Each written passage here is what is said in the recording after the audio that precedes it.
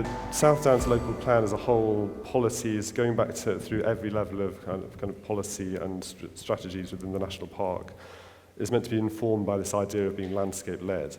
But obviously we've got to try and understand what that means. It goes back to the purposes and duty, which are the kind of the core statutory basis of the national park.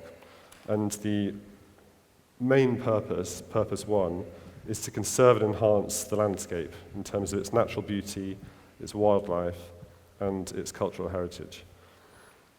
So in terms of this landscape-led idea, I should really understand what that is and be able to describe it in great detail, having worked at the national park and been involved in developing the policies. But it turns out it's not that straightforward, and there are certain kind of contradictions within it that we need to kind of work our way through. There's hazards, as Jonathan referred to, and those hazards can end up with a kind of reproduction of the past rather than a reinterpretation of what a real contemporary response to the culture really might be.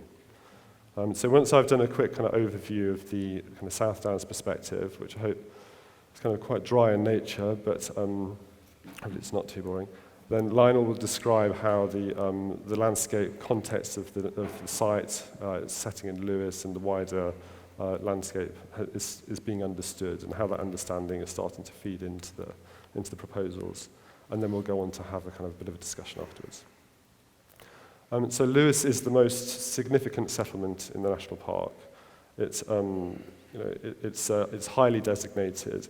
It has the national park designation, which is the highest level of protection in the country, but also has conservation areas, scheduled monuments, listed buildings, sites of special scientific interest, nature reserves.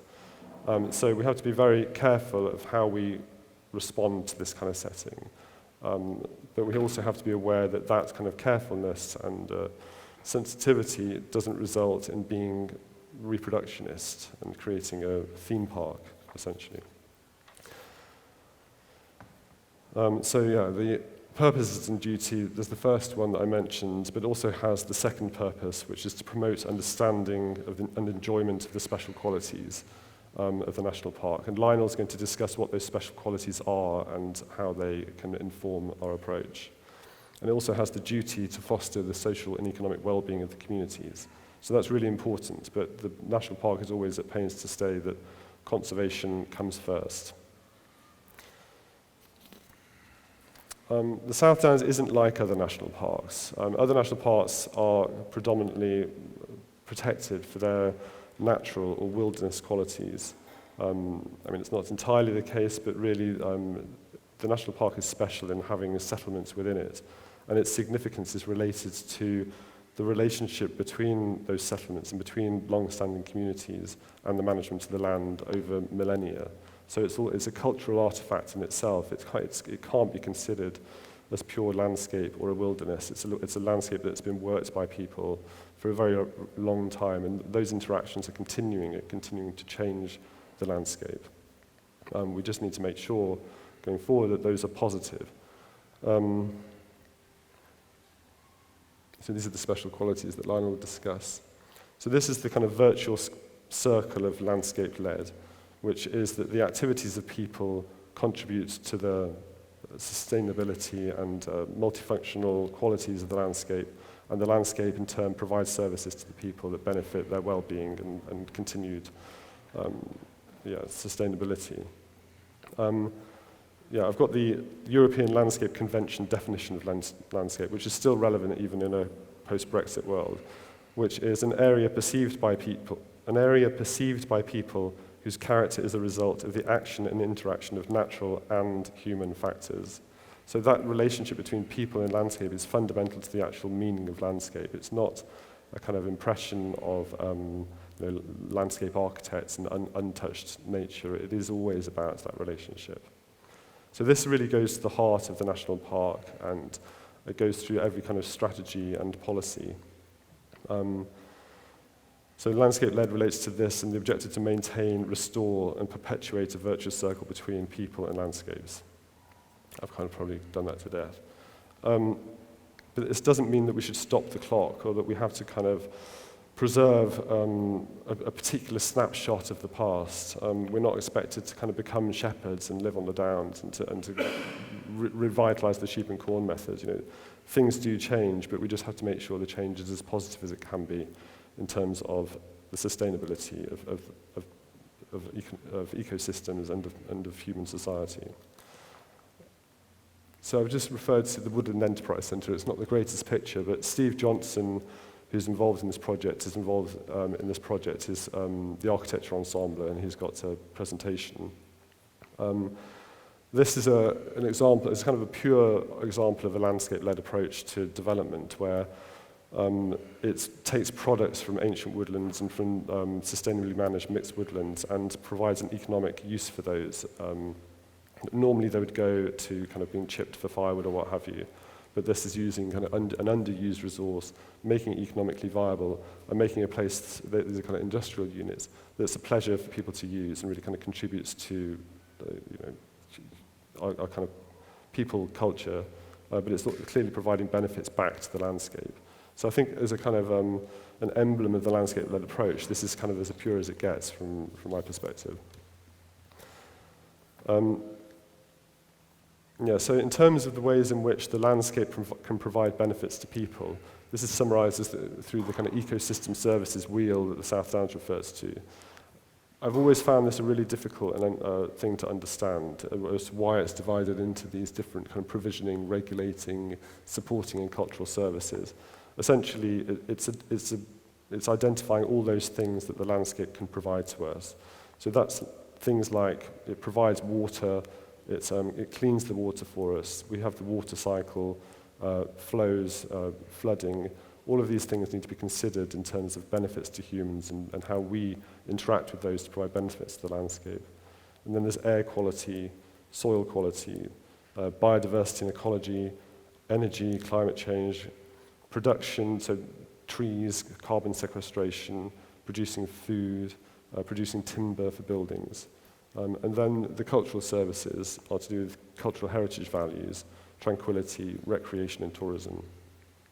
So considered in relation to a site like this, we need to think how every action that we do in terms of developing the site can be beneficial to the landscape and beneficial to its functioning, and how we can perpetuate these virtuous cycles in every decision that's made. And that's to do with procuring timber, procuring building materials, and the activities that happen here. And it's described very well in the exhibitions across the way. So, as Jonathan mentioned, the considerations of being landscape-led are often preoccupied with how things ultimately look, mitigating impacts on the landscape in visual terms and responding to settlement patterns. But it's clearly only a very small part of the picture and relates only really to this kind of cultural services sector, whereas there's all of the rest of the ecosystem services that really we need to engage with and consider how they can contribute to a really successful proposal. Okay, so in terms of those services and in terms of the way that landscape is understood, it's obviously a multi-layered thing that can be considered from the kind of very baseline of geology and topography, and in terms of those layers that build up on top of it, so biodiversity, the settlement patterns, land use, and in terms of aesthetics. And we need to address those kind of very carefully and build up our evidence base as to how things are, but also how they could be in the future. And so I'll hand over to Lionel to explain the work that he's been doing. Yeah, good morning, everybody.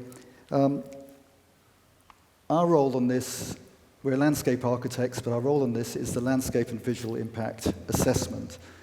And although it's all very much an integrated process, landscape and visual are treated as two separate things, and I'll go through this. What we are here to do is to understand the baseline, so this can be a very dry thing, but we'll try and make it otherwise. And it is the layering of the different parts of the inherent landscape for the project, and then inform the project from this. Then we come back and do the assessment at the end, having worked iteratively with the design team to test these against the baseline to see whether there's harm to the national park, which is obviously something they don't want to see, or whether we've got enhancement, which is obviously what we're all trying to deal with. So the first thing is to get an understanding. And of course, we are having to work with the South Downs National Park themselves, who are the policeman, if you like, for the park and making sure that the purposes are upheld. And on that basis, I was just going to take a little time on the first diagram, the 7 special qualities, because it might be that you say, living in Lewis, we're rather different from the rest of the landscape of the national park. Well, if we read through the purposes, the special qualities, distinctive towns and villages with real pride in their area, I think Lewis qualifies pretty highly on that score, and the Phoenix Project is an obvious opportunity to build on this. Tranquil and unspoilt places, the site is already developed and composed of active uses, but is also adjacent to the river. And significant green spaces. There are also visual linkages to the downs, and the setting provides the strong characteristics which can be developed. A rich variety of wildlife and habitats, including rare and internationally important species. Well, that's less prevalent actually on the site, but it's certainly adjacent, and I was just speaking to the ecologist this morning on this, and the whole idea is, from his baseline, is to establish new habitats through a mosaic system across the site, which will involve anything from green roofs to working with a hydrologist with real green infrastructure, and to try and provide connections where possible. So the opportunities to enhance and expand and connect with these will benefit wildlife and humans alike. An environment shaped by centuries of farming and embracing new enterprise. Well, it's not farming, it hasn't been for some time, but it's certainly new enterprise, and this is the opportunity for the next phase. Great opportunities for recreational activities and learning experiences. Well, that's certainly what human nature are all about, and should be incorporated into the master plan and linked with the adjacent recreational space and activities both within the town and out into the countryside, and that's very much already part of the master plan. Well-conserved features and rich cultural heritage. Well, that's something that Richard will speak about a little later, because it is inherent within the landscape. There are elements within the site to conserve, but also the setting of others with the adjacent conservation area that will be instrumental in the success of its scheme and the sense of place and time depth. Diverse, inspirational landscapes and breathtaking views. We've certainly got that all around Lewis, both within and without, and certainly the site's position at the town edge, where the hilly settlement of Lewis meets the valley floor and the river floodplain in full view of, and in places from the steep hills of the downs that surround the town, make for all these qualities. So I would argue that the 7 special qualities are all something we should certainly be measuring this scheme against, and see no reason why they can't enhance all of them. The ecosystem services, well, this is all part of it, and it's a far wider thing when talking about landscape and visual than purely the aesthetic, and I think you'll appreciate that. We need to understand where we are, and generally within the studies that we do, we look at a 3-kilometre radius in the first instance. Sometimes it might be there's visibility from further than that, but generally that's the zone of which we will confine our study, and of course we'll be zooming in far closer when we're within 1 kilometre generally. One thing that does lie underneath, and you still can't separate us from us, we are on chalk geology. It might not look like it, but it's there. You can certainly see it up in the hills around you, but that's fundamentally what we are, and that should inform us, because that's the basis of the landscape we're in. It also informs the whole landscape area, character area that follows from the South Downs zoned assessments. The parent material over the chalk is very much alluvial soils. We're in a floodplain, and we'll speak a little bit more about that later. But there's not a lot of soils on site, as we can see currently. Agricultural land classification doesn't mean much to this site anymore, but it obviously is important farmland and has been for centuries. And previous to the site being developed as such, it was definitely agriculture. It was water meadow, and it was drained as such, and very similar probably to what you still find to the south of Lewis now. It's important to understand these contexts. The topography, you can see the high downs. It's fairly obvious when you're here. You can just look out as soon as you walk out that we're sitting in the valley. We're on the Ouse River bed, and we are in the floodplain. The actual topography within the site, it does pull up obviously from the river, and then we have some very steep edges, as you know, as we hit the edges of the conservation area alongside. All of these need to be inherently understood by the design team. And of course, it's very much part and parcel of what we're trying to assess in terms of integration within the town, but also in terms of the visual factors we'll talk about. So yes, this is the floodplain, and we are largely in it, as you can see. So it's important to understand where we sit on the river, but this is how it has developed, and this is how it is developing, and therefore we need to be cognizant of that, and it's an opportunity to interact with the river and so on, which will come further. As I said, speaking to the ecologist earlier, we're not immediately connected to the site with the major designations, although we are with green space, as we'll see in some later slides. And with the history of the site, we were talking about agriculture historically, back in the 18th century, yes, we were at the edge of agriculture, the beginning of a watermill. Then suddenly in the 19th century, it all comes along. And then the railway comes, and I probably don't need to teach you the whole history of the site, but things like the Phoenix Iron Works, we've got the cement works, we had timber works, and an industrial hub that is, say, related to a railway, which is also going through a floodplain, although on an embankment. And then we come to the post-industrial situation that we're in at the moment, and of course, a decline in the area. It doesn't mean it loses its character. There's certain things that need to be preserved in here, but it's just understanding that things progress, they move on.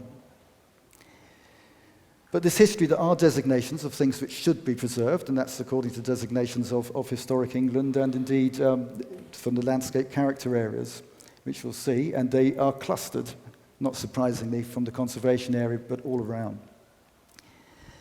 And as we home into the site, you can see them more clearly. And of course, we've got the castle at the top of the hill. Historic landscape character designations are something else we have to be cognizant of. We sit in a post-1800 expansion settlement. That's not surprising. And you can see there how we sit at the bottom of the town, within the non-residential areas as in the industrial.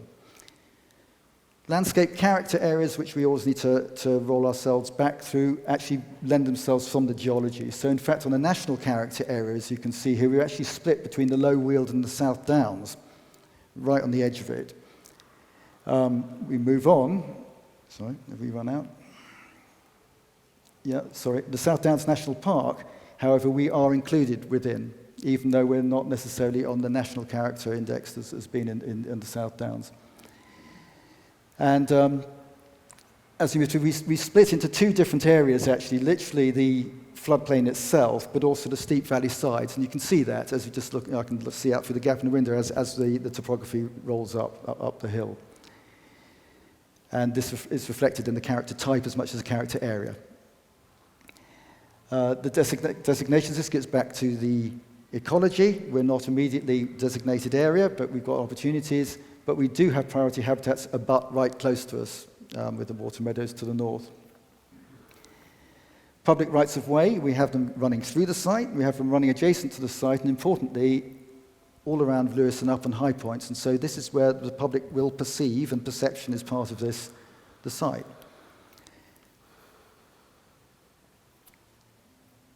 And amenity and green spaces, no shortage of those around Lewis. And of course, again, we abut them with the Phoenix project, and we can be adding to them.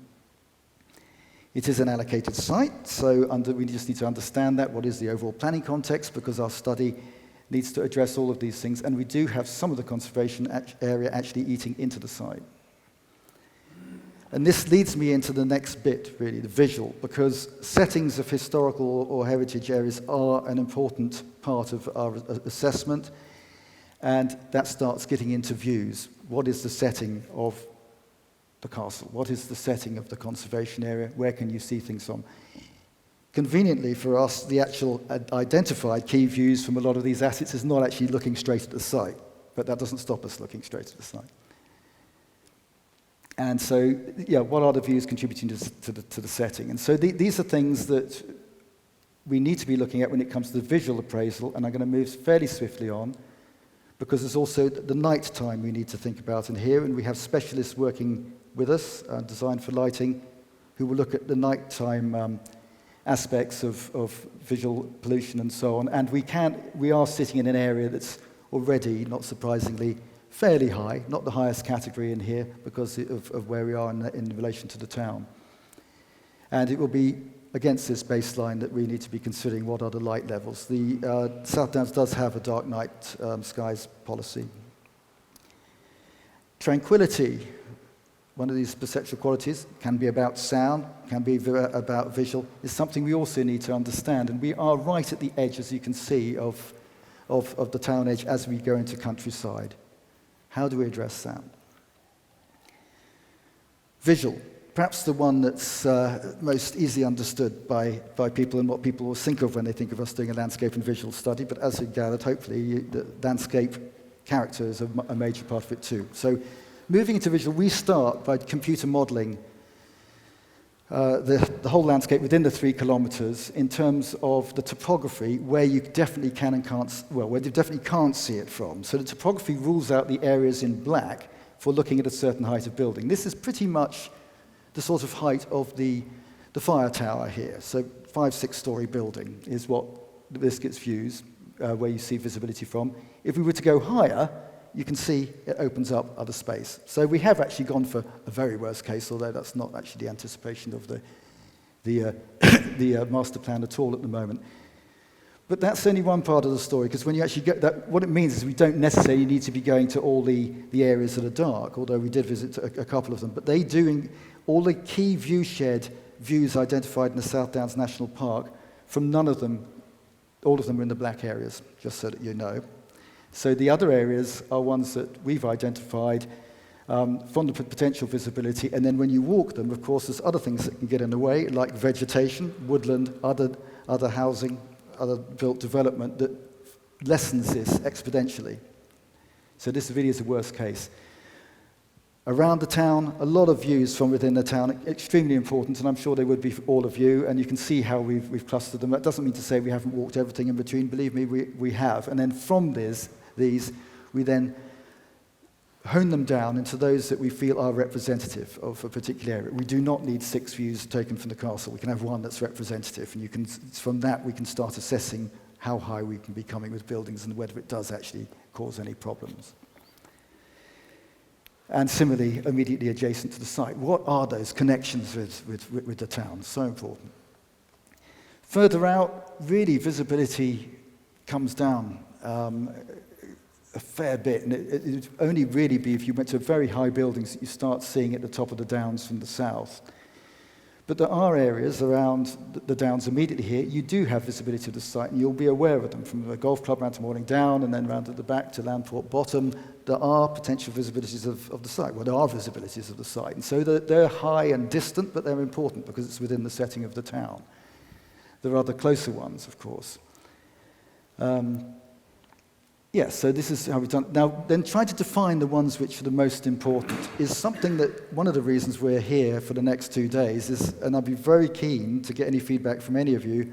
We do have a board up within the main exhibition, and very happy to talk to them about it. Already have earlier this morning. Are there any views that we're missing? What's important to you about the visibility of Lewes, of this development? What will hurt the most in terms of height or whatever? And of course, there's certain things to us, the cross visibility across the site, from, for instance, the river up to the castle. You know, things like this, so I feel a fairly obvious one starting point, but there might be others that you can think of. Views all straight across. It's just you can start testing there things like height and bulk and massing against these. So we do want to know what is seen as most sensitive from the community, as well as what our own views on this are. And it's something, the fire tower is quite useful, because that is about a 6-story building. So if you look at that and it's not getting in the way of something, you know what that sort of height that one could be talking about going through here. Really, I'm going to rush through these ones fairly quickly. This is typical of what we've done with all of those viewpoints that you've seen that we've taken from. We've taken the photographs. There's a strict methodology that we have to keep in with the GLIVIO, which is the Guidelines for Landscape and Visual Impact Assessment.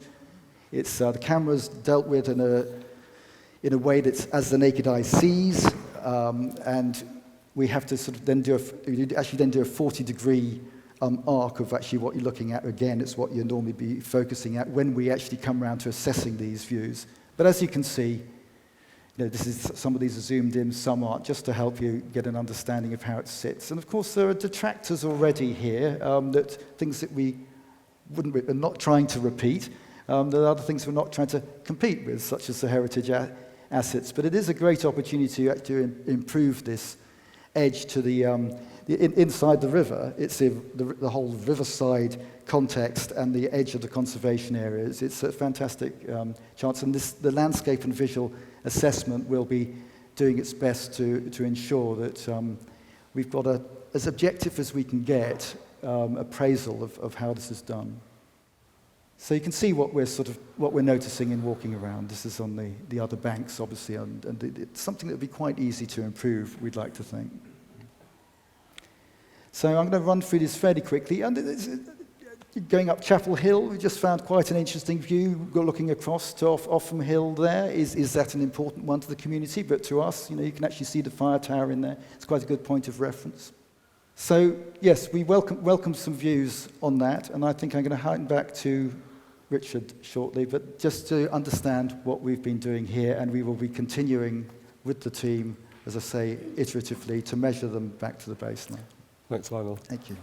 I think you can see from the very kind of in-depth approach to analysing landscape character and views and what's gone before, it builds up this enormous kind of weight of expectation that we have all of this evidence, we know where the views are, we know how things have historically looked in the landscape, we know the settlement pattern, how they've developed, we know the building types, and everything is analysed in this very kind of academic and incredibly kind of dry, without meaning any offence at all, kind of way. And it's this kind of academic approach to the analysis of the landscape that has resulted in a far in this kind of tendency towards reproduction or being afraid or being totally reactive, and it's not actually an intention of the design policy to result in that. I've put the landscape and design policies up to kind of refer to, but I don't expect you to read them. But it says things which suggest that we have to be reactive and quite boring in our approach. It says that landscape character policy requires that development proposals conserve and enhance existing landscape character, features and patterns, which contribute to the distinctive character, pattern and evolution of the landscape. And that's a really kind of visual way of considering things. It's not going back to that landscape-led thing that we referred to in the beginning. And in my experience of the South Downs, there has been a kind of migration from this kind of very pure ideas to do with landscape-led and how to re-establish our positive relationship with the landscape, to one that's become much more like other local authorities, which can be just like, well, let's just keep things as they were.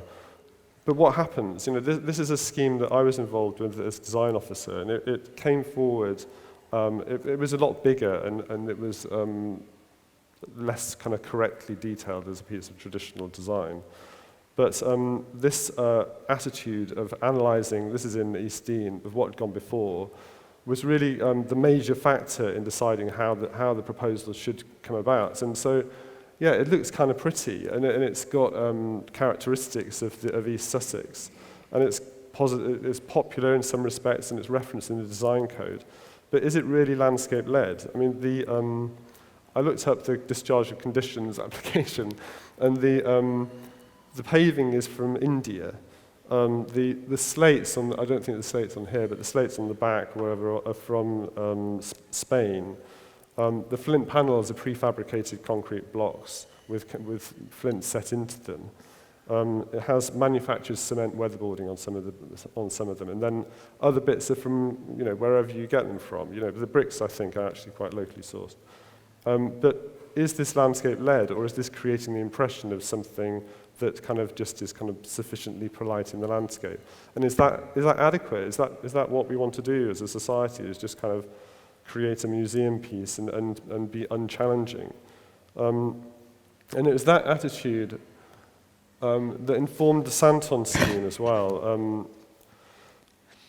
And it can be considered in a similar way to that kind of East Dean place that the reference to character, it's an industrial site, so therefore we're looking at industrial character of kind of industrial workers' cottages or streets of Victorian type housing, and then things that are just kind of mock factories. There's nothing retained here.